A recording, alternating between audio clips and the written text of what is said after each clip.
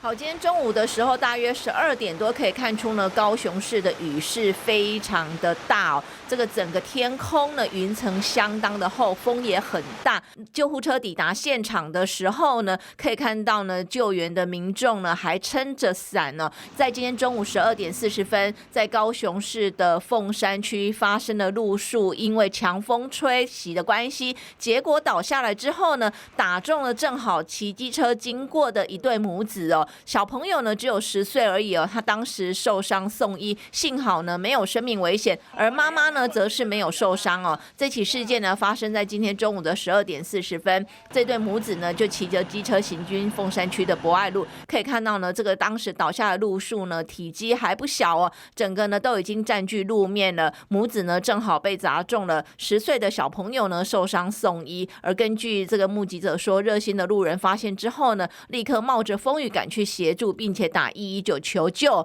赶紧呢将受伤的小朋友送医。想看最完整的新闻内容，记得下载 TVBS 新闻网 APP。